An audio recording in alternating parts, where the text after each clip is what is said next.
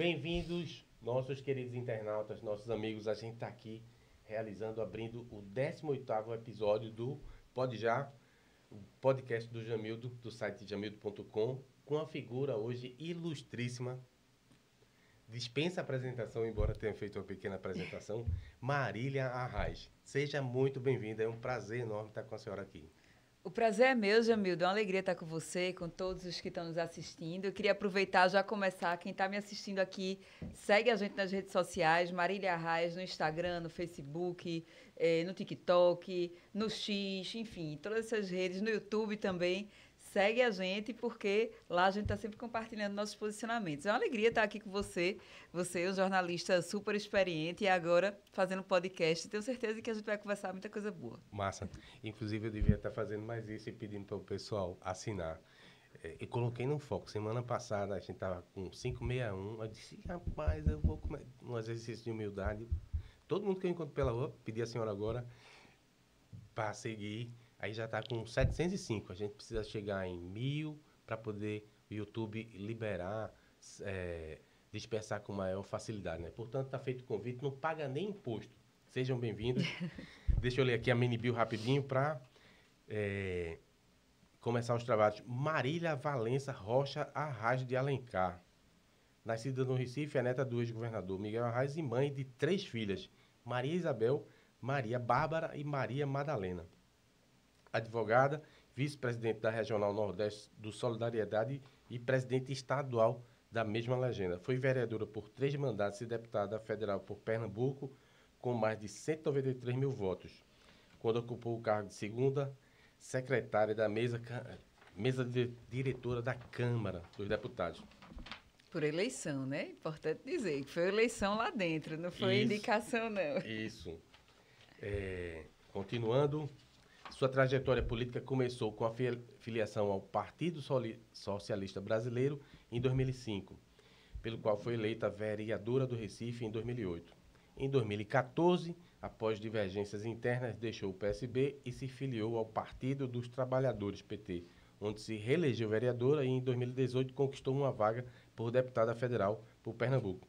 Em 2020, disputou a Prefeitura do Recife pelo PT, chegando ao segundo turno contra seu primo João Campos. Em 2022, deixou o PT e se filiou ao Solidariedade, partido pelo qual concorreu ao governo de Pernambuco. Atualmente, é uma das principais opositoras do governo estadual e está cotada para concorrer ao Senado nas eleições de 26. Inclusive, a senhora aparece nas cabeceiras em todas as pesquisas sérias que são realizadas, né? É candidata, vai tentar reescrever a história agora no Senado? Bem, Jamildo, eu acho que é muito cedo para a gente tratar de 2026, até porque o cenário está bastante indefinido, né? Primeiro, eu agradeço muito a confiança de tantos pernambucanos e pernambucanas que, quando respondem às pesquisas, demonstram essa confiança em mim. Mas essa conjuntura de chapas majoritárias, eu acho que vai ainda ter muita água que vai rolar embaixo dessa ponte. Né? Tem toda a questão das federações, das fusões, de como é que vão se comportar os partidos, das próprias articulações, de quem vai estar apoiando, de fato, o presidente Lula. Não é? Então, tem muita questão aí que vai interferir. A conta do próprio presidente, de quantos senadores ele vai precisar eleger, até porque nessa eleição vão se renovar 2/3 do Senado. Então, tem muito para acontecer. Eu acho que a gente não precisa ter ansiedade. Claro que é natural que meu nome seja cotado. Eu disputei as 2 últimas eleições, penúltimas, né, na verdade, que eu não disputei 2024, mas 2020, 2022, disputei as 2 maiores eleições de Pernambuco. Estive no segundo turno em 2 delas, nas 2, então é natural que a gente tenha o nome cogitado. Fico feliz, até porque são poucas mulheres que tiveram na história de Pernambuco esse perfil mais majoritário. A gente está hoje com uma realidade de ter uma governadora, uma vice-governadora, uma senadora da República. Pela primeira vez nas Américas, 2 mulheres disputaram o segundo turno, né? E eu fico muito feliz de ter participado dessa situação na política do Brasil. E que a gente possa cada vez mais abrir espaço para as próximas. Na oposição, sou somente eu, de mulher, que estou sendo cotada para estar na majoritária. Eu acho que isso é importante, porque quando eu era criança, Jamildo, só tinha Cristina Tavares, de mulher na política, assim, com a relevância nacional, né, que disputava esses espaços majoritários. Hoje, as meninas estão crescendo, suas netas, minhas filhas estão crescendo, vendo mulheres nesses espaços. Isso é muito importante, né? Importantíssimo. Eu digo sempre, meu universo é feminino, porque eu tenho essas 3 netas, né? 4 netas, aliás, 2 de um lado da família, 2 de outro, e a gente tem que asfaltar o caminho para elas, né? Ainda falando do Senado, algumas pessoas falam que uma chapa Miguel, você e João Campos seria bastante forte, porque tem a força lá do, do Grupo Coelho no interior, você também tem viajado, inclusive, todo o interior. Faria sentido esse tipo, embora você tenha dito que é cedo para falar de coligação, de falar de montagem de chapa, mas seria uma chapa bastante forte, não sem nenhum demérito a todos que estão postos os nomes aí para disputar. Eu acho que todos os nomes que estão sendo postos são nomes que têm sua força, né? Que têm sua peculiaridade. Todos estão com muito boa intenção de fazer o bem para Pernambuco. E eu acho que todos têm que ter um espírito de unidade, de a gente se unir em torno de um projeto. E acho que Miguel tem sua força, sua importância, foi candidato a governador, né? Representa ali aquela região do São Francisco, que há muitos anos a família dele vem trabalhando muito por aquela região. O ministro Silvio Costa Filho tem também diversos méritos, está aí também desde muito cedo, assim como eu. Você estava aí falando da minha biografia e eu pensando, poxa, 2008, aqueles meninos que eu botei no braço na campanha hoje, e daqui a pouco estão com 17 para 18 anos. Então, a gente tem alguns anos aí, né, de estrada. Ministro Silvio Costa Filho também tem muitos anos de luta, de embates que travou. Hoje ocupa um cargo importante no governo federal. Enfim, o senador Humberto Costa também tem aí, está no segundo mandato de senador. Então cada um tem sua força, cada um tem sua característica própria. E eu acho que vai depender muito do xadrez, dos movimentos do xadrez que a gente vai ver acontecer nos próximos meses. Tá entendendo? A gente também ouve falar que quem tem uma posição aí mais confortável seria Humberto, porque poderia ir para o lado de Raquel e ter o apoio de Lula e também do lado de João. A senhora comentaria o que é que já foi do PT, para onde é que vai o PT? Embora, claro, vai respeitar se disser, não estou mais no partido, mas você que tem experiência de PT, para que lado ele vai pender? Eu acho que essa não é nem uma questão de experiência de PT, sabe, Jamildo? É uma questão de leitura política que a gente faça, que não se restrinja somente ao cenário de Pernambuco. Porque quando você fala do Partido dos Trabalhadores, você está falando do presidente da República, que está fazendo articulações para a sua reeleição. Que, diga-se de passagem, apesar de Bolsonaro estar inelegível, a gente tem, nós do campo progressista, temos um grande adversário, que é o bolsonarismo. Então, nós temos que jogar muito bem, fazer as articulações corretas, não é? Fazer a gestão correta para direcionar realmente para a população entender a que veio o governo do presidente Lula, resgatar o Brasil para os brasileiros, para vencer essa eleição e dar continuidade a um projeto progressista. Então, quando você fala do Partido dos Trabalhadores, você não se restringe ao universo de Pernambuco. Você tem que enxergar as articulações nacionais que estão sendo feitas pelo presidente. E aqui em Pernambuco, tudo indica que nós vamos ter como candidato a governador João Campos, que assumirá logo mais a presidência nacional do PSB. Então, eu não vejo como um presidente da República colocar o seu partido contra o candidato a governador, que é presidente nacional de um partido que é parceiro, inclusive. De um partido que é o partido do vice dele atualmente. Então, eu acho que é essa leitura no âmbito mais nacional que tem que ser feita. Eu não vejo como o PT fazer esse movimento, a não ser que o PSD apoiasse formalmente o presidente Lula. Não questão de ser aliado, de apoiar formalmente, mas na leitura nacional também, se o PSD fizer isso, implode o partido, porque você tem de Ratinho Júnior ao senador Otto, que são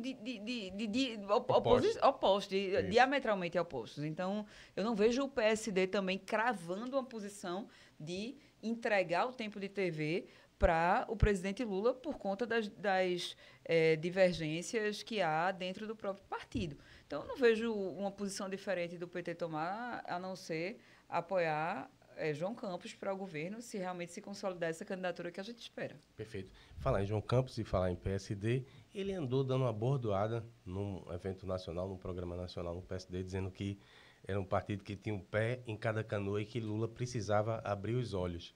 Isso aí numa referência lá, justamente, é São Paulo, que tem Tarcísio e tal, e Kassab, né? A senhora corrobora dessa avaliação ou acha que o PSD podia estar muito mais ligado às esquerdas? Bem, o que o PSD faz é problema de Kassab e dos integrantes do PSD, né? Agora, quanto mais apoiadores para o nosso projeto a gente tiver, melhor. Então, ainda que o PSD mantenha essa posição de estar aliado, mas não formalmente coligado com o nosso grupo, digamos assim, eu acho que é interessante que a gente possa atrair integrantes do partido que queiram apoiar o presidente Lula em seus estados. O presidente Lula, o projeto que ele representa em seus estados. Eu acho que é interessante. É importante a gente não afugentar quem quer apoiar a gente, sabe, Jamil? Eu tenho sempre essa teoria. Se não dá para ter 10, vamos tentar ter 8, ter 7, ter 6, ter 5, mas não vamos buscar o zero. Isso Exato. aí não pode. Foi assim que Lula, de forma, né, inteligente, conseguiu chamar os liberais, né, que estavam ali mais no centro, e derrotar Bolsonaro com essa frente ampla que ele criou lá atrás. O PSB, por exemplo, em 2018, liberou o partido, né? Não participou da coligação de Fernando Haddad. Então, por conta de suas questões internas, né? Por conta das peculiaridades regionais que havia em cada local. Mas aqui em Pernambuco eles apoiaram o candidato, na época, primeiro presidente Lula, depois, quando não foi possível sua candidatura, Fernando Haddad. Então, eu acho que a gente tem que atrair esses aliados onde a gente puder atrair. Perfeito. Inclusive seria muito bom que a governadora escolhesse um lado, né? Que ela alguma vez tomasse uma posição e se ela apoiasse o presidente Lula, seria importante para o projeto de Lula no Brasil. Da campanha a senhora já fez, inclusive, essa cobrança, né? Continuo fazendo. Perfeito. Crise com os aposentados. A senhora viaja muito pelo interior, tem essa sensibilidade de estar conversando com as pessoas, né, nas cidades menores. A senhora acha que Lula sai bem dessa confusão do INSS? O que é que as pessoas estão falando? Eu pergunto porque saiu uma reportagem, várias reportagens, mostrando que o benefício rural é o principal atingido com esses descontos ilegais, irregulares. E afeta diretamente a base de Lula. Tem tempo para resolver isso e tem as redes sociais com os bolsonaristas tentando culpá-lo a todo custo, né? Embora se saiba pela CGU que começou em 2019. Afetou a base. O que é que a senhora tem ouvido dessas pessoas pelo interior? Pelo que eu tenho circulado, né, algo que é muito recente, mas pelo que eu tenho circulado, Jamildo, e tenho escutado das pessoas, ainda há uma carência de informação muito grande. Então, a gente precisa informar melhor as pessoas do que está acontecendo. Porque, na verdade, o que é que tem acontecido nos governos Lula? Há essas fraudes, essas questões que aconteceram muito antes, como essa do INSS, que iniciou em 2019, mas nos governos do presidente Lula existe uma liberdade da Polícia Federal, da CGU, da AGU, enfim, dos órgãos competentes de investigar, de esclarecer tudo o que está acontecendo e de punir os culpados. Então, é isso que a gente tem que enxergar, né? Que durante o governo Lula é que se abriu a investigação e se buscou a punição de quem estava envolvido. Inclusive, muitos dos envolvidos agora nesse esquema de fraude do INSS estavam envolvidos no esquema de superfaturamento de vacinas, daquela Covaxin, da vacina indiana. Então, tem que cruzar essas informações e levar essas informações para as pessoas para que a gente esclareça que a questão é que no governo Lula está havendo essa liberdade dos órgãos responsáveis fiscalizarem, investigarem e punirem os culpados. Agora, é necessário comunicar, fazer essa informação chegar até a ponta, saber lidar com os novos meios de comunicação. Eu acho que esse é um dos grandes desafios do presidente Lula. Houve a troca, inclusive, do comando lá na comunicação. A senhora acha que foi vantajoso, tem sido melhor, ou ainda tem que dar mais um tempo para ver se acontece algo diferente? Eu acho que a gente já viu a evolução. Agora, claro, não se resolve um desafio como esse do dia para a noite, mas eu acho que está evoluindo, sim. E a gente precisa colaborar também. Eu acho que o governo precisa buscar toda a sua base aliada para fazer aquela rede de informação, de apoio de quem quer ajudar. Né? Quando a gente fala de INSS, olha, eu tenho experiência que minha senhora já se aposentou. No primeiro dia que ela se aposentou, ele já começou a receber ligação de banco, seguradora, oferecendo serviço, empréstimo consignado, essas coisas. Então, veja, deveria ser algo sigiloso, algo confidencial, porque estamos tratando da vida pessoal das pessoas, né? E cai na mão das máfias, ou seja, é um absurdo completo. A senhora acha que faz fé em Fernando Queiroz, acha que ele vai conseguir fazer um bom trabalho? O que é que seria a prioridade para poder ele tirar esse peso das costas aí do governo? Porque o governo está sendo cobrado, já que estourou agora na mão dele, né? Eu confio muito em Volney, enfim, Volney eu pude conhecê-lo melhor quando fui deputada junto com ele, quando ele nos apoiou no segundo turno de 2022, e ele tem uma grande responsabilidade, um grande poder de articulação. Eu acredito que vai fazer um trabalho importante nesse sentido.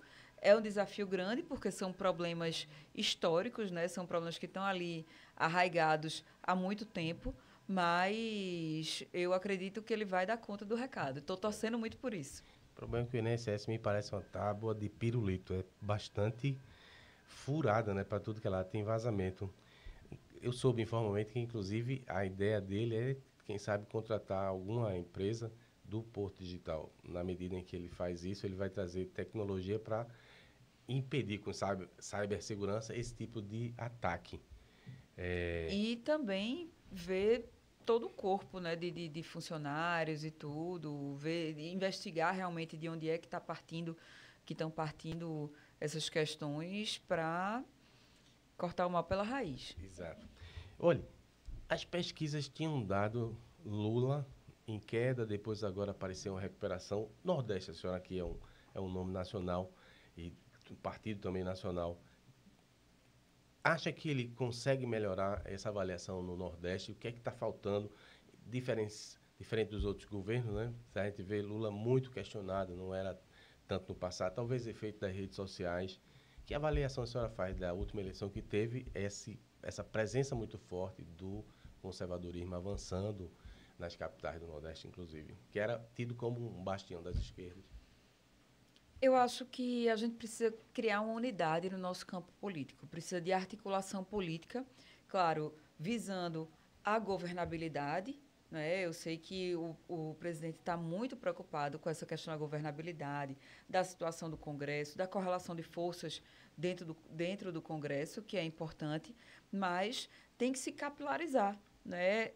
Para a gente criar essa rede de apoiadores e cada um ser pautado, ser brifado, né? A gente fazer uma rede conjunta de disseminação das informações verdadeiras sobre o governo. Até porque, Jamildo, a gente viveu no Brasil de 2016 até 2022 um período bastante crítico, né, em que houve um desmonte de uma parte das conquistas da classe trabalhadora, de uma parte das conquistas que tinham sido feitas em prol das pessoas mais pobres. Então, o resgate desse país, o resgate de tudo aquilo que foi conquistado, leva algum tempo.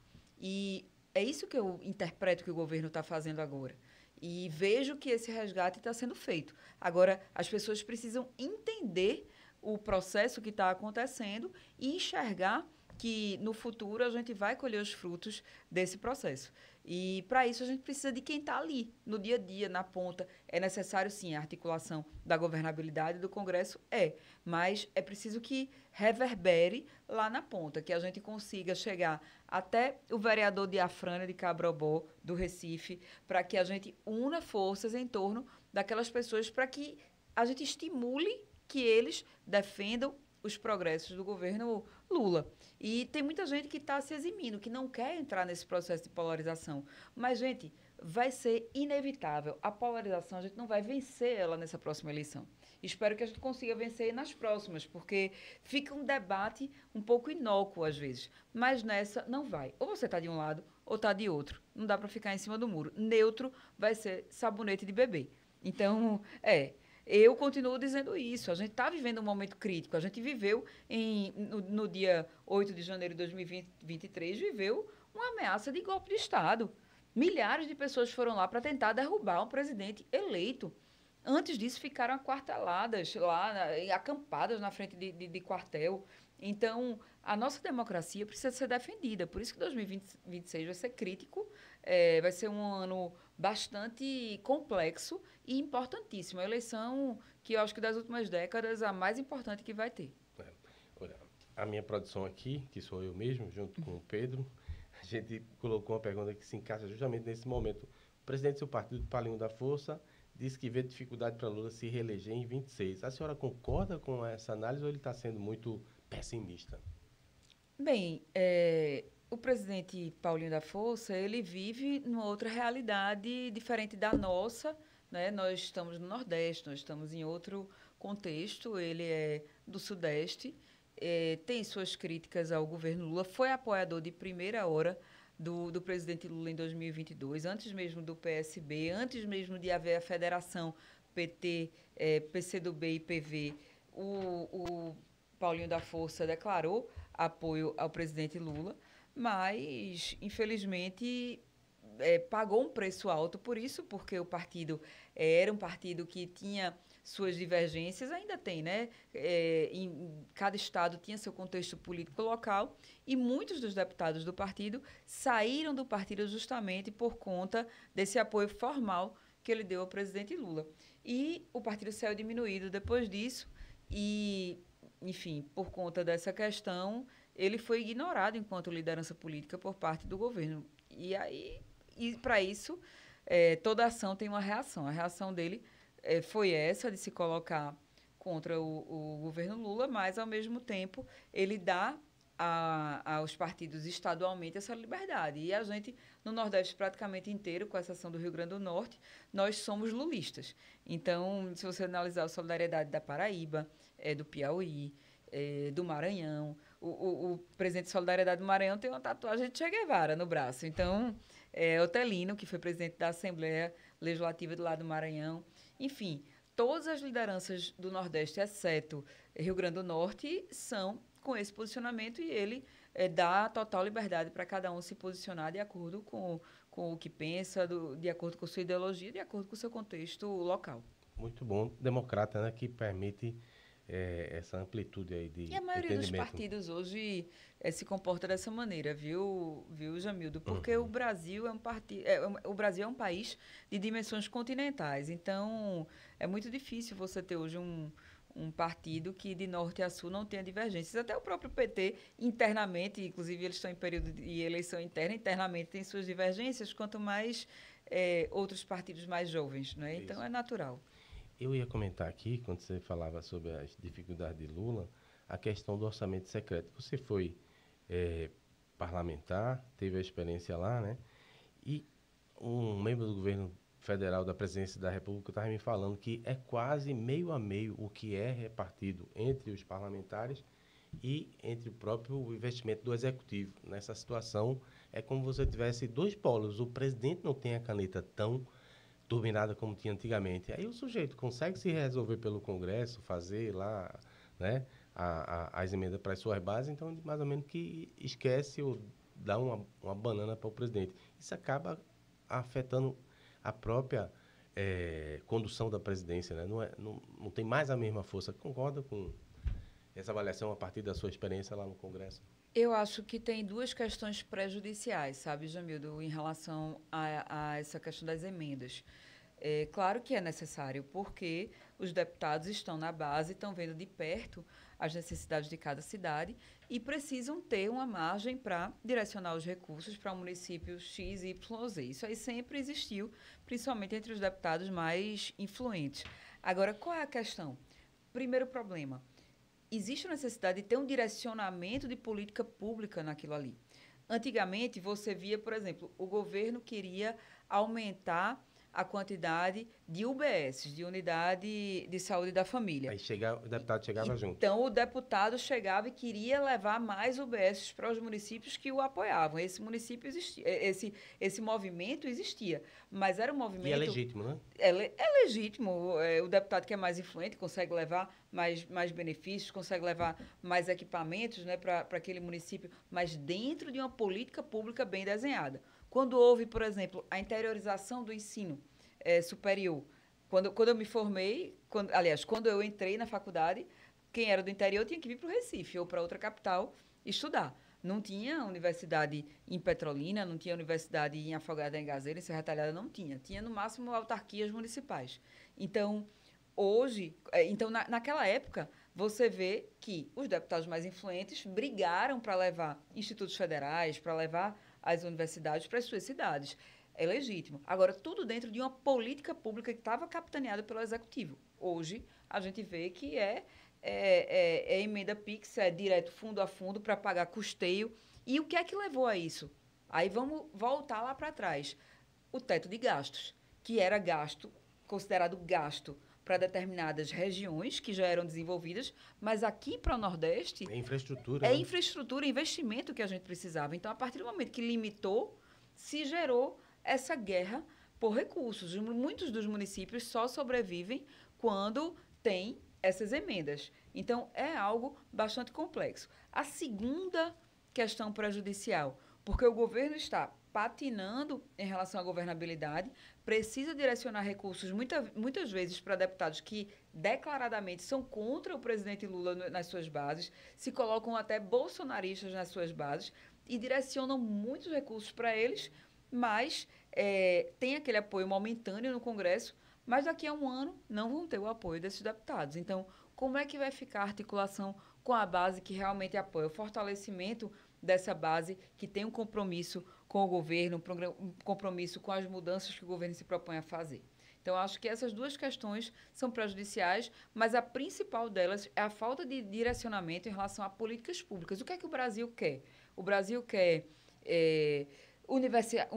o Brasil quer universalizar o atendimento às pequenas cidades em relação à água. O Brasil quer que todo mundo tenha água na torneira? Quer. Então, vamos investir nisso daí. Cada deputado vai brigar para levar água para as suas bases. Agora, a política pública é essa. O que é que a gente quer? Quer universalizar o acesso à creche? Então, vamos ter uma política de construir X mil creches no Brasil. Sei lá, quantas mil creches no Brasil? Agora, cada deputado vai brigar para levar as creches para as suas cidades. E não simplesmente estar buscando números. Números são números que se perdem ali e não ficam como um instrumento de mudança. Essa questão é muito importante porque agora, quando teve o resultado da eleição regional do Nordeste, você via aqueles candidatos a prefeito que eram apoiados por parlamentares tiveram uma vantagem enorme nas suas cidades, né? Uma das explicações para haver esse movimento. Jamildo, desculpa, porque eu lembrei de uma terceira questão que é crítica em relação a isso. Muitas vezes eu, quando era deputada, ia para o interior e aí, numa entrevista de rádio, a primeira coisa que me perguntavam era: quantos milhões a senhora mandou para o município? Quanto a senhora mandou para o município? Então, a discussão fica em torno disso, quando, na verdade, esse é um papel do executivo.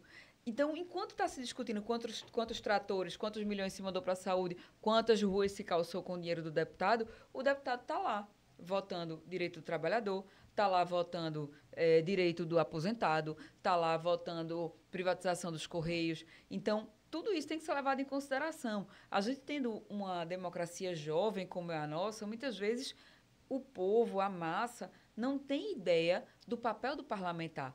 E que, na verdade, o parlamentar está lá decidindo o futuro do país. tomando decisões em relação à vida das pessoas. E aí deseduca, porque, na verdade, qual é a percepção imediata que as pessoas têm? Ah, minha rua foi calçada, a minha comunidade recebeu um trator, recebeu tantos poços que foram furados, mas e aí? E aqueles direitos que estão sendo votados lá na Câmara? Como é que aquela parlamentar se posicionou?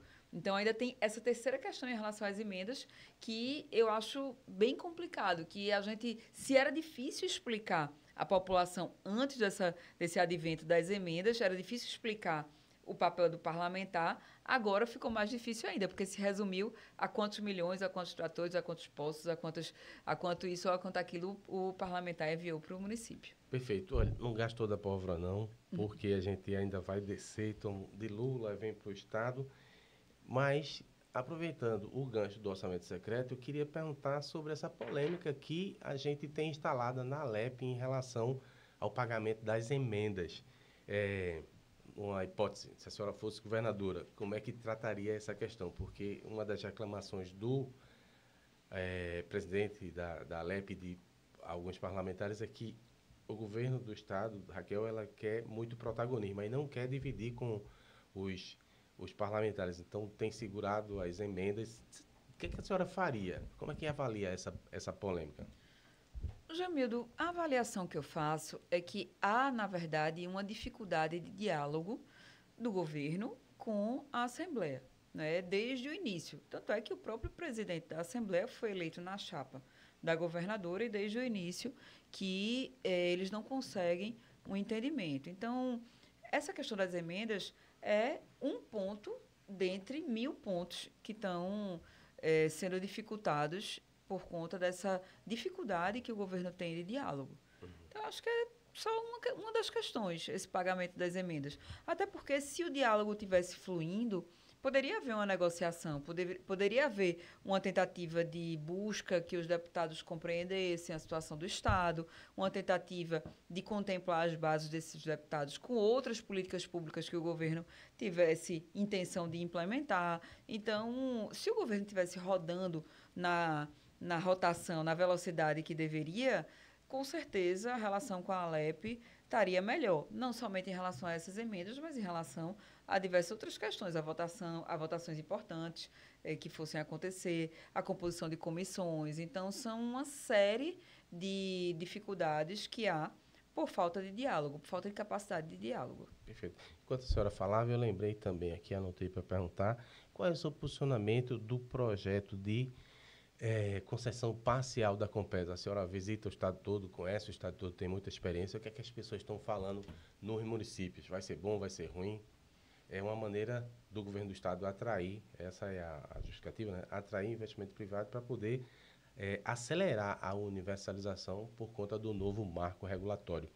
Qual a sua opinião? Bem, Jamildo, a gente já sabia que isso ia acontecer. Sabia que a intenção da governadora era de Raquel Lira candidata. A gente sabia que a intenção de Raquel Lira candidata era privatizar a Compesa, era entregar a Compesa à iniciativa privada. Qual é o risco disso? O privado tem um papel, é visar ao lucro. Então, obviamente, que aqueles locais em que der mais lucro, o privado vai dispensar o maior investimento. Agora, aqueles locais que não der tanto lucro, mas que precisar de investimento, vão ser colocados em segundo, terceiro, quarto, quinto plano. E, na verdade, a Compesa tem que ser usada como um instrumento de desenvolvimento social, que vai levar a um desenvolvimento econômico, a várias outras possibilidades que aquelas regiões, aqueles municípios vão ter. Então, é essa a questão crítica de se entregar à iniciativa privada, à Compesa. É necessário que haja uma priorização. A RAS, com toda a dificuldade que passou no seu último governo, ele teve uma prioridade, deixar Pernambuco 100% eletrificado. E ele segurou a venda da CELP para que o Estado capitaneasse essas decisões, essas priorizações de para onde aquela energia seria levada. Então, infelizmente, a gente não tem um governo que priorize essa questão da água. E sempre foi por onde eu passei, nesses anos todos que eu tenho essa atuação estadual, eu sempre disse que a marca de um governo tem que ser universalizar o acesso à água, porque Pernambuco é um estado em que falta água da metropolitana até a Frânio. Você vai, por exemplo, na região em que houve a transposição do Rio São Francisco, você não vê a água chegar até a torneira das pessoas. Por quê? Tem uma reclamação do Né? prefeito aqui, ele conversou com a gente e reclama justamente essa contradição. Está ali na beira do rio e não consegue fazer a entrega. Pede, inclusive, para ter de volta a concessão e tentar fazer sozinho. Diz que tem, inclusive, recursos para isso. Mas como é todo um arcabouço, não dá para fazer isoladamente, né? Senão quebrava, inclusive, a história do financiamento cruzado, que é o município mais rico ajudar os mais pobres. E não dá para você não ser solidário, né? Pelo menos no roteiro que você tem hoje, na maneira como é disposta a Compesa, a prestação de serviço, ajudando os municípios. Hoje, o governo do estado está numa situação financeira que permite esse tipo de investimento. O governo federal então, tem. que dava para fazer sem chamar o privado. Dá para fazer. É só priorizar. É só ter prioridade. Porque a água é um direito básico de a pessoa ser cidadão. E afeta diretamente a saúde pública. Tem uma consequência em todas as áreas. Na saúde pública, no desenvolvimento econômico. Então, é algo crucial e que já deveria estar resolvido. Falar em arraio, deixa eu fazer aqui. Até porque envolvimento do capital privado já existe na Compesa há muitos anos, né? E a gente não viu isso resolver nada. Perfeito. Falar em arraio, eu anotei aqui para comentar um episódio lá de trás, que foi a privatização do Bandep, ou a venda, né? O primeiro Banco Central fez uma auditoria, depois colocou à disposição do mercado. Mas o que eu queria destacar é o golpe de mestre de Arraes nesse episódio, porque eu acompanhava já como repórter, né, repórter de economia, e o governo efetivamente foi garroteado por Fernando Henrique, porque queria ter os municípios na mão e dessa maneira eles abrirem mão dos bancos depois das elétricas e acabou aceitando, a Arraes acabou aceitando a venda lá da CELP. Quando o dinheiro chegou, perdão, eu estou confundindo, aceitou e em paralelo também tinha a venda do Bandep. Ele ficou numa situação de garrote tão grande que ele não tinha dinheiro para pagar ali os servidores já no final do mandato. Aí o que é que ele faz? Aceitou vender, que ele era contra a do Bandep. Quando o dinheiro chegou, ele mandou pagar os servidores. O governo federal, a CGU, me lembro, fez matéria, ficou puto da vida, mas foi uma maneira de dizer, vocês foram ruins comigo, eu vou ser ruim com você também. E conseguiu pelo menos sair pagando as folhas, o que seria uma vergonha, né, para qualquer um. Mas, efetivamente, ele sofreu um garroteamento absurdo. Esse preâmbulo todinho para lhe perguntar como é que era seu avô, como é que era lidar. É só um adendo, né, a tua colocação, Jamildo. Aliás, em todas as vezes que ele foi governador, ele sofreu diversas adversidades, né, em relação ao cenário nacional. O primeiro governo, o Brasil na iminência de um golpe de Estado. No primeiro governo, o Brasil na iminência de um golpe de Estado, mas mesmo assim ele conseguiu fazer políticas revolucionárias, principalmente o Acordo do Campo, né, que conseguiu colocar trabalhadores que já deveriam ter seus direitos trabalhistas garantidos há mais de 20 anos e conseguiu colocar para negociar com os donos de terra e, a partir daí, eles terem uma situação de trabalho mais digna. E depois foi preso, foi exilado. Quando voltou, que se elegeu novamente governador, ele conseguiu vários avanços, como, por exemplo, o Chapéu de Palha, o Luz para Todos, enfim, vários programas importantíssimos de diminuição das desigualdades sociais. Mas no terceiro foi muito atrapalhado, né? Foi, mas no segundo também foi, com Sarney. No segundo foi bem complicado para ele conseguiu vários avanços. E o terceiro foi o mais crítico de todos, até porque Fernando Henrique tinha um projeto aqui para Pernambuco e, para isso, precisava enfraquecer a Arraes politicamente. Mas, ainda assim, ele conseguiu deixar Pernambuco 100% eletrificado, ainda assim ele conseguiu implementar diversas políticas públicas de todos os tamanhos. A gente chega, por exemplo, já cheguei em cidades que falaram de um programa que ele tinha, que é pouco divulgado, de se fazer banheiro na casa das pessoas. E aí ele fez, em 98, aliás, no governo de 95, 98, ele fez um programa para levar banheiro para a casa das pessoas. E é algo que até hoje é colocado em segundo plano. Teve uma pesquisa recente que mostrou que mais de 25% das casas do Nordeste não tem banheiro. Imagine como era 30 anos atrás. Então, ele via essa situação de falta de dignidade que as pessoas viviam e ele buscava cada vez mais diminuir essa relação de desigualdade. É verdade. E como advogado ele tinha facilidade, né, para entender, olha, dá para fazer isso, não dá para fazer aquilo outro. A história do acordo do campo, Ele inclusive, entendia de muita coisa, de tudo. não só pela questão de ser advogado. Ele entendia de agronomia, entendia de ciência, de Lia engenharia. muito, né? Lia demais. E vamos, quer fazer uma pausa? Uma pausa para o cafezinho? Eu sei que a senhora Minha água gosta de tá acabando. café. A pausa, mas não para não, a gente continua papeando. Deixa eu Obrigada. emendar com a questão literária. Eu acabei de comprar, vi o filme, né? Ainda estou aqui. E sobre Rubens Paiva, e eu fico com esse entendimento de que o que é que falta para fazer um filme nessa mesma linha com Arraiz? Vocês têm, né, cineasta na família, eu até talvez mais fácil.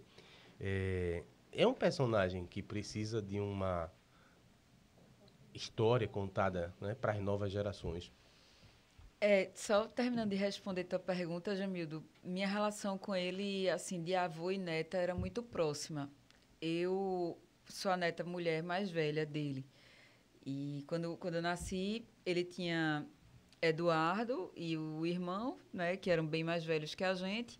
Passou muito tempo sem ter netos, aí logo depois nasceram 2 primos meus e eu. Então teve essa leva de 3, depois passou bastante tempo sem ter mais outro neto. E aí aí começou a nascer de carrada um monte de menino.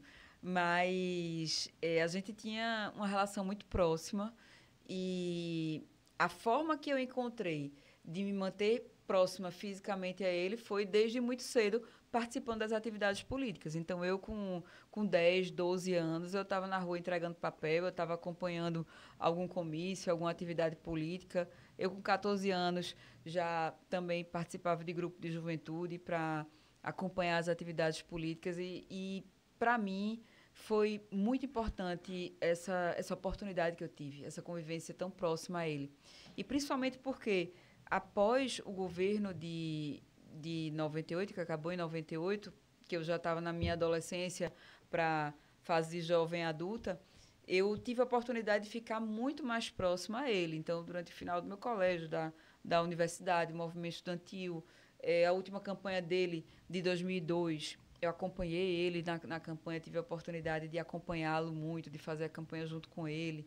E foi um aprendizado enorme, porque é diferente você estar junto de uma figura como a Arraiz no auge. No auge, tem um monte de gente em torno daquela pessoa. Eu pude ter esse período de maior maturidade minha e maior proximidade com ele num período em que não tinha tantas pessoas ao redor dele. E aí isso me possibilitou aprender bastante e que bom curtir muito meu avô, que eu tinha um amor, tenho ainda, gigante por ele. Massa. E eu acho que, na verdade, faltam até biografias mais profundas, né, sobre a vida de Arraiz, sobre sua infância, sobre a adolescência, sobre como ele veio para o Recife, que antes do Recife ele foi para o Rio, teve a seca, o pai dele não pôde mais mantê-lo lá no Rio, ele voltou para a terra dele, estudou, passou num concurso, veio para Pernambuco, trabalhava, estudava na Faculdade de Direito do Recife, que eu tive a oportunidade de me formar exatamente 70 anos depois dele. E a partir... Ai, estão mandando recado para todos. Tá. Eu tive a oportunidade de me formar lá na FDR também. E engraçado que eu levava, às vezes, os colegas para conversarem com ele.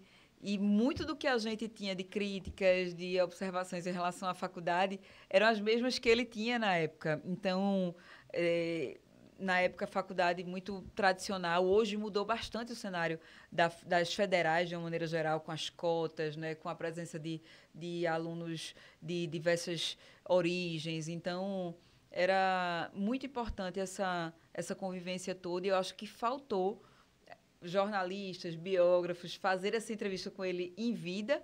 Com minha avó, Madalena, por exemplo, acho que ela poderia ter contribuído bastante, mas está em tempo de conversar com muita gente. Com certeza, e depois de Ainda Estou Aqui, né, abre, quem sabe, até um filão. Mas, olha, nas redações a gente se divertia com o modo dele falar quando não queria falar. Aquilo era estudado, a senhora aprendeu como fazer isso, não? Porque quando ele não queria falar, balbuciava que ninguém entendia. Como é que ele falava da imprensa? Tem uma história, viu, Jamildo? A gente tava um dia. Ele tinha um tio que ele gostava muito, chamado Antônio. E aí, um dia a gente tava conversando assim na praia, e aí ele contando sobre o tio dele, como era e tal. E minha tia Ana conheceu esse tio. Aí ele dizendo, aí os dois falaram ao mesmo tempo. Nessa hora, aí ele disse, ele falava que ninguém entendia. E ao mesmo tempo, tia Ana disse, falava igualzinho a papai. Aí todo mundo morreu de rir, porque ele tinha realmente isso, né, essa questão, mas o povo, que era com quem ele En- se relacionava mesmo de Entendia. verdade, entendia bem, gostava do que ele falava, e é isso que importa. Boa. Quem ele queria que entendesse, entendia. Perfeito. Olha, isso nos enseja a falar sobre os ataques de 8 de janeiro. Tem aí um projeto de anistia. Como é que a senhora avalia os movimentos que pedem anistia aos envolvidos nesses atos que aconteceram lá e afetaram todos os três poderes, um quebra-quebra, né? Inclusive não era só um quebra-quebra. A ideia talvez fosse chamar as Forças Armadas para não saírem mais do poder. A senhora já esteve um bom tempo no Congresso e vê uma ala grande da Casa do Povo, como se diz, defender a anistia aos presos políticos. Como é que a senhora enxerga toda essa movimentação? Primeiro de tudo, Jamildo, eu acho que a gente contou pouco a história do Brasil ao longo dos anos. Se a gente tivesse contado mais todo o processo que o Brasil passou, desde o golpe militar de 64, se a gente nunca tivesse deixado ser chamado o golpe de revolução, todas as consequências desse golpe, até o AI-5, o fechamento do Congresso 3 vezes, mortos, desaparecidos, torturados, exilados, toda essa consequência da falta de democracia, com certeza não ia ter tanta gente defendendo, por exemplo, como se defendeu que não fossem respeitados os resultados das urnas em 2022, né? Não teria tanta gente acampada em frente a quartel e muito menos as pessoas se deixariam servir de massa de manobra para isso. E eu acho que a gente está tendo uma oportunidade gigante agora, que é não deixar passar em branco novamente. Por quê? Tem muito questionamento, mas Arraes foi anistiado. Foi, mas por que é que houve essa anistia? Porque a redemocratização foi negociada. Então, para haver uma volta daqueles presos políticos que tinham sido presos simplesmente por pensar diferente daquele regime autoritário, que a gente tem que frisar, né? Não foi somente no Brasil. O Brasil foi uma peça do tabuleiro da Guerra Fria, uma peça do tabuleiro mexido ali pelos Estados Unidos. Se você observar, diversos países da América Latina estavam ali sofrendo ditaduras semelhantes ao mesmo tempo. Então, o Brasil passou por aquele momento, teve que negociar uma redemocratização. E para que os torturadores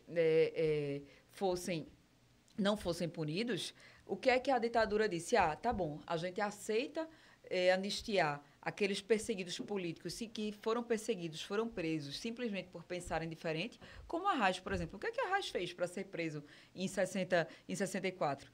Arraes discordava do golpe militar. Chegaram para ele e disseram, ou você adere ao golpe ou você vai ser preso. Ele preferiu ser preso.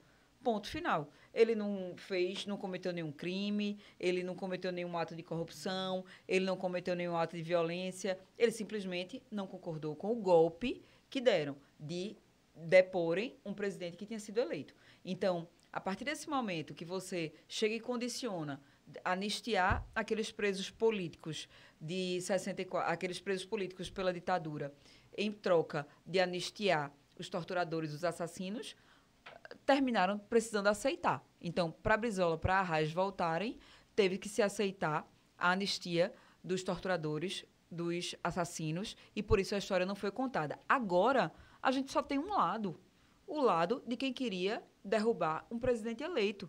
Quem estava ali em Brasília fazendo quebra-quebra não era somente uma pessoa com um batom, não era somente um cara vendendo bandeirinha. Quem foi para lá estava querendo derrubar o presidente. Não venha me dizer que não sabia o que estava fazendo, que achava que era uma festa de carnaval, que não era. Era a festa da Selma, era a senha. Não existe um negócio desse. Então, quem estava ali sabia o que queria. Então, precisa ser punido. E, Jamil, eu te pergunto, se a punição for branda, quem garante que numa próxima eleição, eu estou falando para qualquer um dos lados, tá? Quem garante que numa próxima eleição, o lado que tiver descontente não vai também mobilizar uma massa de manobra inteira para tentar derrubar o resultado das urnas? E se conseguir, quais são as consequências para o Brasil?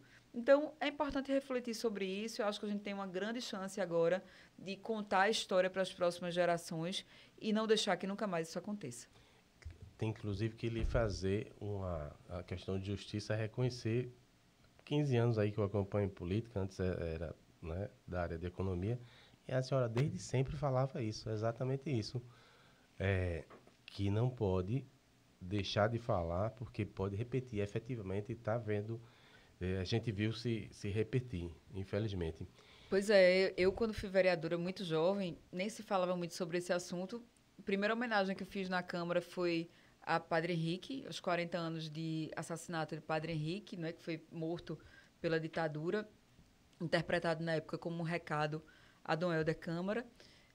Um dos meus primeiros projetos de lei foi para revogar a homenagem a violadores de direitos humanos da ditadura militar.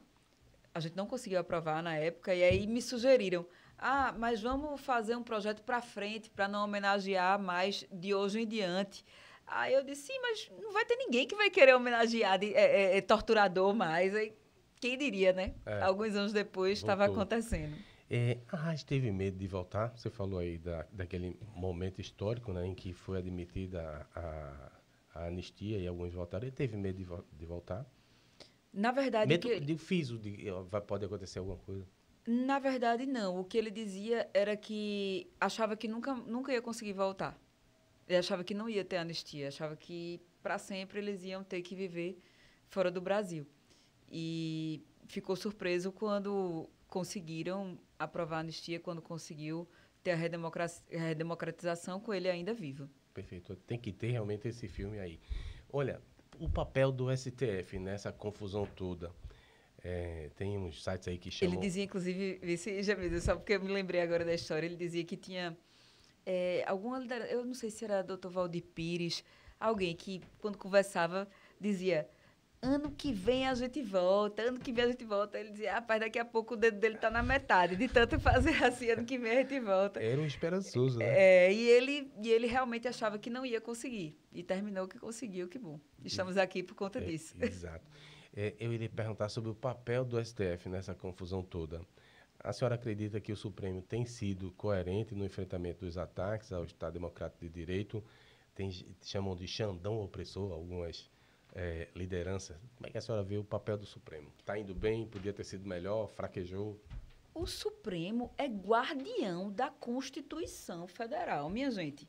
O Supremo está cumprindo o papel de guardião da Constituição Federal. Ponto final, nada além disso. Não tem opressão. Você cumprir seu papel não é ser opressor. Você chegar e proteger a Constituição que foi elaborada após a ditadura, chamada Constituição Cidadã, isso é fantástico. Que bom que o STF está cumprindo o papel dele. Exato. Vamos falar do governo estadual. A senhora, como avalia os 2 anos da gestão da governadora Raquel Lira à frente do estado de Pernambuco? Acredita que Raquel conseguiu cumprir o que prometeu na campanha ou está longe disso? Jamildo, eu não vi ainda a que veio o governo.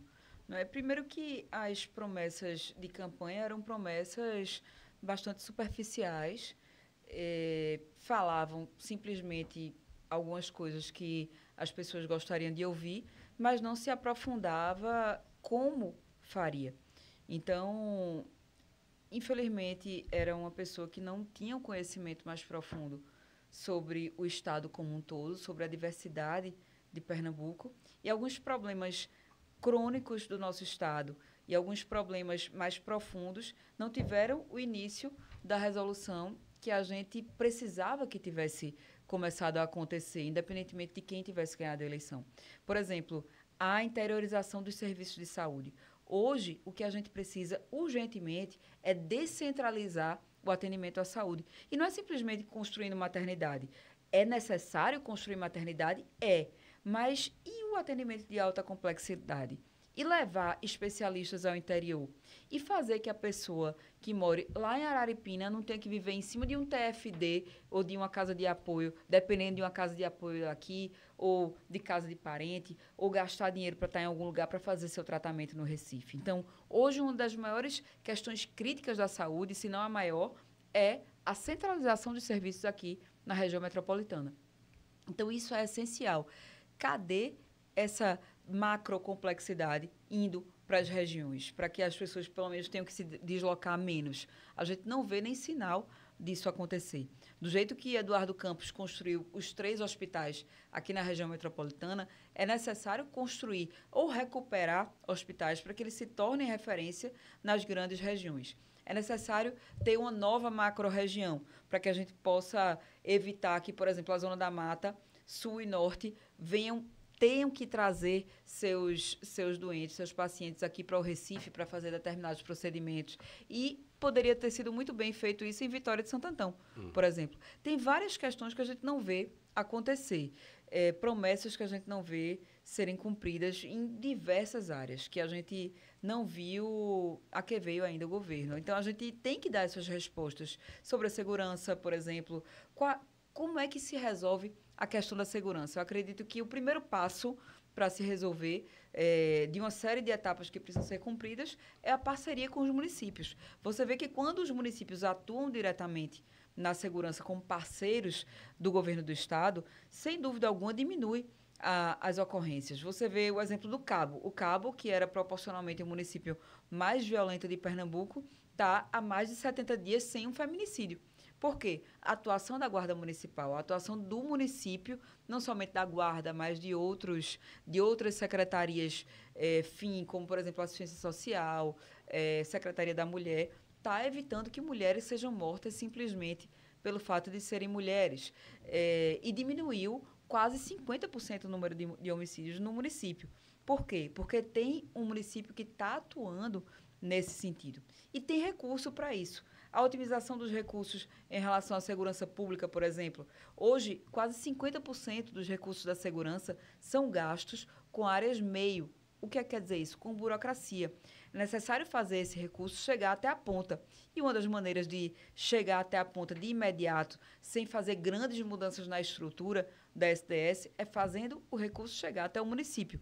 Existe um recurso que é direcionado do governo federal, se chama SUSP, recurso do SUSP, Sistema Único de Segurança Pública, que a nossa proposta era que se fizesse, no mínimo, 50% do recurso SUSP chegar até as guardas municipais, para treinar os guardas municipais, para equipar os guardas municipais, para eles terem uma melhor condição de trabalho, tanto no operacional quanto na inteligência. Seria uma boa ajuda, né? Petrolina conseguiu bons avanços também, justamente apostando na Guarda Municipal. Eu queria lhe perguntar, tem algum ponto positivo? Hoje, nessa semana, aliás, foi anunciada por Raquel a reforma de 4 grandes hospitais aqui no Recife. Não se vê na região metropolitana, mas pelo menos Recife, que recebe essas pessoas mais próximas, teve esse anúncio. Tem algum ponto positivo? Veja, estamos esperando que tenha, né, Jamildo? Eu não sou do time que torço pelo quanto pior, melhor. Eu torço que haja avanços, até porque quem está sofrendo é o povo mais pobre de Pernambuco. Então, eu torço para que haja esses avanços. Agora, anúncio, a gente viu muito. Resultado, a gente está vendo pouco. Resultado de pesquisa, emendando aqui, cenário estadual 2026. Como é que a senhora vê o cenário apontado pelas pesquisas que colocam João Campos à frente de Raquel? Isso tem continuidade? Isso é porque o governo ainda não começou a se comunicar melhor? E, pelo que a senhora fala, João vai sair de todo jeito, né? Não abre nem para um trem. Eu não sei, você tem que perguntar a ele, né? Não é a mim. A gente pergunta, ele não fala, não. Mas veja, Jamildo, o que é que acontece? Ninguém é candidato de si mesmo ou de algumas lideranças políticas. Você primeiro tem que construir de baixo para cima. A gente vê hoje esse resultado de pesquisa, é um clamor da base para que ele saia candidato. Então, algumas lideranças políticas se somam a esse clamor. Eu acho que é importante, nesse momento, que a gente tenha, né, essa candidatura que venha a fazer esse enfrentamento no campo das ideias, das propostas, né, do conhecimento sobre o estado de Pernambuco, das peculiaridades de cada região, e que ofereça uma alternativa para resolver essas questões críticas que o nosso estado tem. Falar em João Campos, quem foi que fez a intriga do bem, que selou a paz ali, que lá atrás vocês não se davam muito bem ou não se falavam? Quem foi que fez a intriga do bem? Para vocês voltarem a falar, estarem unidos? Jamildo, é importante contextualizar o que foi que aconteceu em cada momento político que se deram as questões, né? Todas essas divergências ou convergências. Lá atrás, mais de 10 anos atrás, a gente estava passando por um momento histórico do Brasil em que houve, né, diversas readequações, digamos assim, das forças políticas. E, naquela época, eu fazia parte do PSB, e o PSB tomou um caminho um pouco mais à direita, né, do que o esperado, e eu... Ficou contra a Dilma, né, com o Aécio. Ficou, e, enfim, eu tomei um caminho mais à esquerda naquele momento. Foi por isso que houve as divergências, né, mais de 10 anos atrás. A gente viu que, de uns anos para cá, o PSB tem feito um caminho de volta. E no momento que a gente está vivendo, crítico como esse, que a gente vê a democracia ameaçada, que a gente vê um projeto de resgate do Estado Nacional Brasileiro para que o povo pobre volte a ser prioridade, e o PSB está junto desse projeto, então há essa convergência de ideias, de valores, de perspectiva de futuro. Então, isso aí é que foi primordial. Não teve... a gente não trata isso como fofoquinha, como intriguinha, como briguinha pequena. É algo muito grande. São ideias grandes, são ideias que representam... ideias pelas quais muitas pessoas deram suas vidas, dedicaram suas vidas para lutar por ela. Então, eu fico feliz que eles estejam nesse caminho agora. Fico feliz que a gente possa somar forças por isso. E eu espero que, cada vez mais, a gente venha trazer mais pessoas para esse nosso campo junto conosco. Mas não teve aquela pessoa que disse, deixa disso, vamos se juntar? Não, teve várias, né? Tanto é que ele me apoiou em 2022, no segundo turno, ele me apoiou em 2022, e aí, a partir daí, a gente voltou a ter essa conversa, voltou a buscar uma convergência. Foi Lula aqui. O primeiro de tudo foi, né? Mas foi principalmente partir de nós mesmos, e eu fico muito feliz que a gente tenha conseguido essa convergência, porque na vida é muito ruim a gente ter uma desunião quando a gente precisa unir em torno do que a gente acredita. Eu, quando acredito em algo, eu busco trazer mais aliados, unir mais, e a gente buscar mais gente para estar nessa linha de batalha junto com a gente. Ok, voltando a 2026, a possível disputa aí com esses dois candidatos que estão postos, Raquel de um lado e João de outro, a senhora acredita que há uma brecha para uma terceira via? Como se disse aqui, Gilson Filho, tive a oportunidade de conversar com ele, e ele disse categoricamente que vai ter terceira via, que vai ter um candidato aí representando o bolsonarismo. E se essa polarização entre Raquel e João deve dominar o debate estadual nos próximos anos. Aí você teria, especialmente em 26, só os dois ou ainda tem espaço para mais alguém? Em 2026 pode acontecer tudo, inclusive nada, né, Jair? Se não acontecer nada, a gente vai ver essa polarização acontecendo, né? E se várias questões mudarem, pode ser que haja espaço para uma terceira via. Agora, uma terceira via bolsonarista, eu não sei como, porque o PL já disse que vai apoiar Raquel. O PP está agora nessa federação com a União Brasil. A gente acha que vai apoiar Raquel, que vai continuar, né, como está hoje com Raquel, mas pode ser que venha para João. Então, por qual partido sairia essa terceira via bolsonarista? Não sei. Então, acho que é uma conjectura que, na verdade, o povo que está sem água na torneira, que está sem emprego, que está sem saúde, que está doente, está necessitando de um TFD para vir para o Recife, o povo não está interessado em saber se vai ter terceira via, se vai ser... O povo quer saber quem vai trazer solução para os seus problemas, solução factível. Verdade. Né? Verdade. Olha, e o seu partido vai ter participação nessas federações? Para que lado caminha? Bem, tudo indica que sim, né? A gente tem visto um empenho muito grande da Executiva Nacional, da qual eu faço parte, para a gente ter uma federação que seja robusta e que dê condições de a gente entrar nesse diálogo, não somente aqui em Pernambuco, mas em diversos outros estados. Tem alguns estados que são prioritários para o nosso partido, como Pernambuco, e que a gente está tentando conciliar esses interesses com outros partidos. A gente tem feito diversas outras conversas. Eu acredito que até outubro, no máximo, a gente tem alguma sinalização. Porque se não tiver, talvez fique bastante ruim para a senhora, na medida em que pode não ter fundo partidário suficiente, pode não ter até mesmo formação de chapa, não é isso? Veja, eu acho que qualquer partido hoje, Jamildo, com menos de 20 deputados, tem que buscar uma federação ou fusão. Então, no sistema que está posto no momento, é isso que tem que se fazer para continuar existindo. Então, com o nosso partido não vai ser diferente. A senhora falou que o PSB estava vindo no caminho de volta. Diante dessas eventuais aí dificuldades, podia acontecer também a sua volta ao PSB, onde tudo começou? Eu estou muito bem no Solidariedade. É um partido que tem um respeito muito grande pelas suas lideranças. Eu sou muito respeitada lá, muito considerada, sou muito ouvida. Então, estou muito bem no Solidariedade e vou lutar bastante para que a gente tenha uma boa federação, que a gente tenha, se junte com outros partidos que nos dê essa possibilidade de eleger muitos deputados federais pelo Brasil, né, e que o partido possa crescer. Perfeito. Antes de concluir, eu queria lhe perguntar sobre como é que foi a montagem desse projeto, que é o Projeto de Lei da Dignidade Menstrual, né? Trabalho da senhora que saiu do papel. Tem acompanhado, como é que faz para avançar, melhorar uma questão tão importante? A gente começou falando de mulheres, né? Tantas mulheres aí ficam desassistidas. Jamildo, eu fico muito feliz que hoje, na verdade, esse projeto se tornou uma pauta do Brasil. No momento de extrema polarização como a gente viveu e vive, a gente conseguiu trazer esse assunto e fazer que os deputados, os políticos, as pessoas de uma maneira geral, entendessem a importância dele para o país, para as mulheres, né? E hoje é referência no mundo. Poucos países no mundo têm esse tipo de política pública. E nunca tinha sido abordado no Brasil.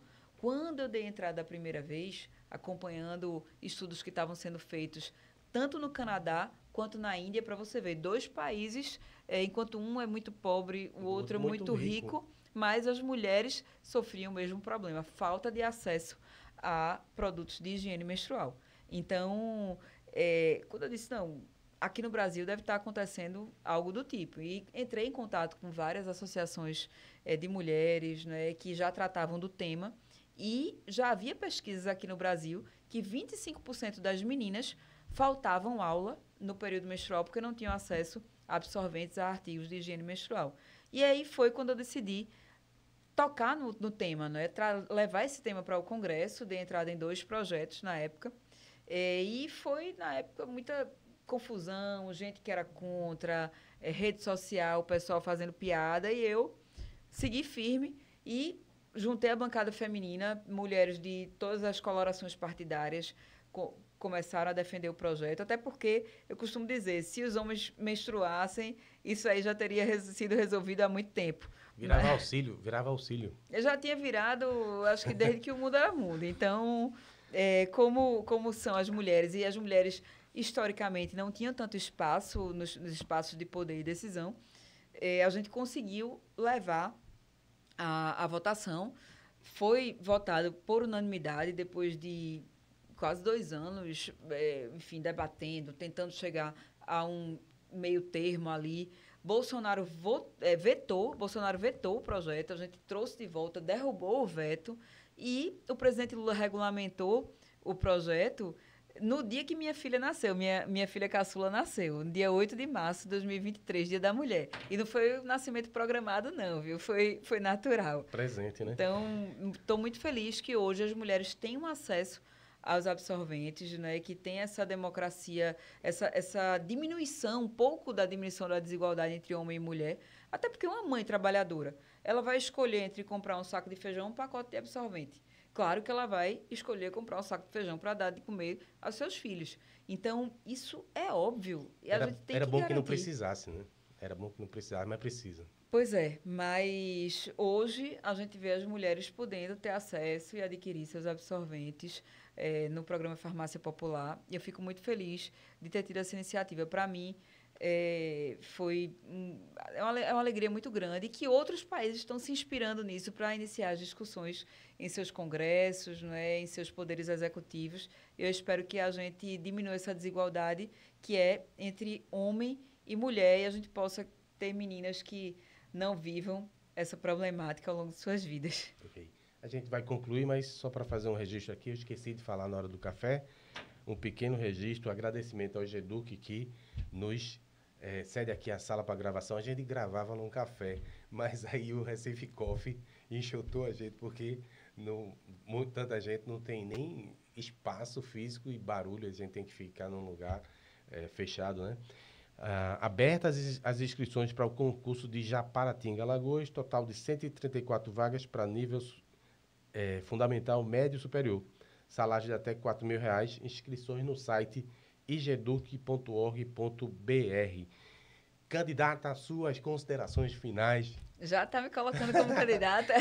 É brincadeira, porque nos programas de TV não tem sempre o fecho, não é assim? Candidata, suas considerações finais. Bem, candidata eu serei, né? Candidata eu serei em 2026. Vamos ver a quê.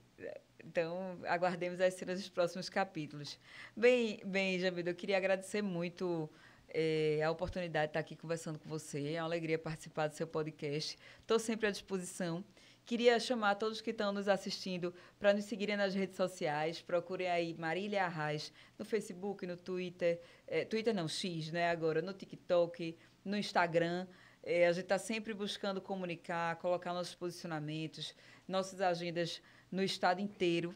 Eu sou uma política que, independentemente de ter mandato ou não, eu gosto muito de estar presente em cada município e isso faz que a gente tenha um conhecimento da realidade daquela cidade, que a gente possa conversar com as pessoas. Então, me mande uma mensagem lá no Instagram para a gente saber de onde você é, para a gente, quando estiver no seu município, mandar uma mensagenzinha para a gente se conhecer pessoalmente. É muito bom ter essa oportunidade de ouvir as pessoas e dizer que a gente quer discutir o futuro do Brasil, o futuro de Pernambuco, o que realmente importa para as pessoas e, sem dúvida alguma, um projeto que inclua aqueles que mais precisam. Então, contem sempre com a gente e vamos embora, que 2026 é logo ali.